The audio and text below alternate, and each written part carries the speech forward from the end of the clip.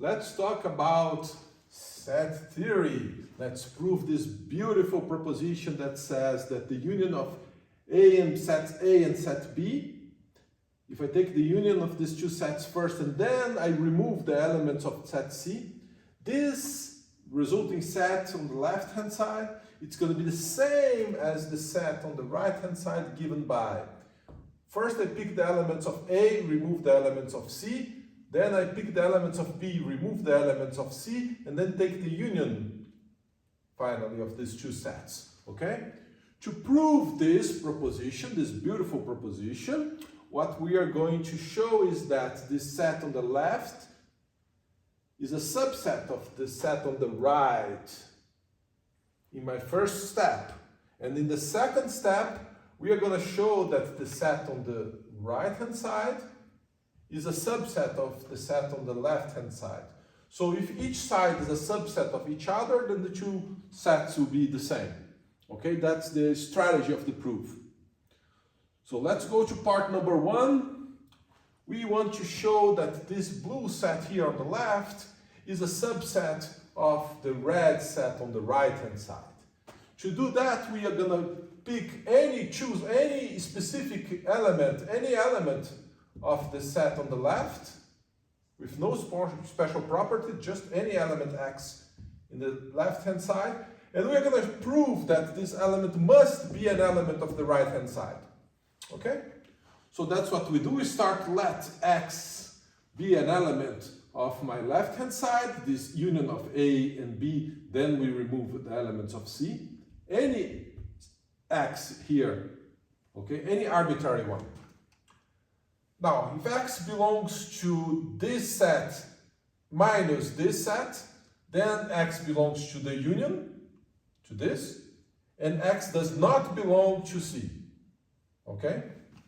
Now, x belongs to the union means that x belongs to A or x belongs to B.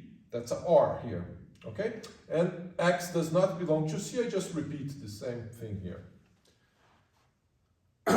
Now, the two things must happen. This square bracket must be true and this must be true. One possibility for this to be true is that x belongs to A. So x belongs to A is true and x does not belong to C. And I wrote this here. The other possibility, if x does not belong to A, then the other possibility is that x belongs to B. So x belongs to B, and in any way this is going to always happen. X never belongs to C. Okay? So we have this possibility, these square brackets, or this possibility, this other square bracket. Okay? The first square bracket here tells me that x is an element of A, but not C. So x belongs to A minus C. The second square bracket tells me that x is an element of B, but not C. So x belongs to B minus C. Okay? And we have the or here. So this is going to be true, or at least this is going to be true. Okay? But the or is exactly the set union. Okay? So x belongs to the difference A minus C, or union with this B minus C. But this here, the set in red here, is exactly my right-hand side. So I started with an arbitrary element of the left and proved that it is an element of the right. Therefore, I proved that the left-hand side, this, is a subset of the right-hand side. Let's go to the second step of the proof now, the other direction. The other direction, we are going to show that this set red on the right is a subset of the set on the left. So to do that, we start with any arbitrary element on this set on the right-hand side. So let x belongs to this right-hand side. This right-hand side is a set A minus C union B minus C.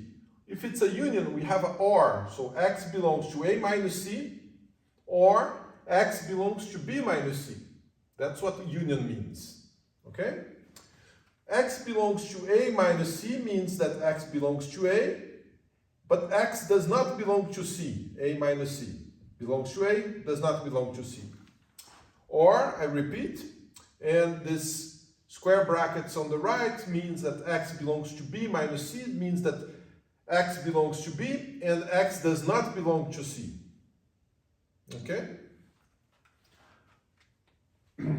Now, the first possibility here, when you have an or, say the left hand side is true. If the left hand side is true, x belongs to a, and x does not belong to c. The right hand side is true means that x belongs to b and x does not belong to c. So in either case, whether the left is true or the right is true, the x will be an element of a, if this is correct, or an element of b, if this is the case. Okay? And in both cases, we know that x is not an element of c, so for sure x is not an element of c. Okay? But what does it mean to say that x belongs to a or x belongs to b? Well, by definition of union, of set union, it means that x belongs to the union of a and b. And here I just repeat.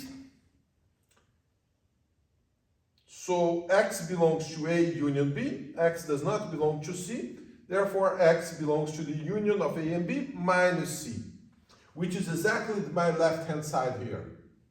Okay? So I started with any genetic element on the right-hand side, and I proved by steps here, by all the steps, that this element must belong to the left-hand side.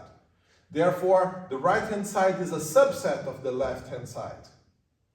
And by the two parts together, I discovered that the two sets have to be the same because each one is a subset of the other, so the two sets must be exactly the same set. In terms of the diagram of Venn diagrams here, let's look at this. On the left, I have the union of A and B, and then I have to remove the points of C. So I have the union of A and B. In green, I made all the regions that are in the union of A and B. And then I have to remove everything that is in C, which is this, this, and that. So these three regions is what my left-hand side is. Okay? How about my right-hand side? I have to take the elements of A but not C. A but not C are those two regions. Okay? And elements of B but not C. Elements of B but not C are elements here and here. And then I take the union. So I take these three regions here. Well, these three regions here are exactly these three regions here. So the two things are the same. The two sets are the same. The left-hand side is equal to the right-hand side. And that's a beautiful proof, the Venn diagram. And I hope you enjoy. See you guys next time. Bye-bye.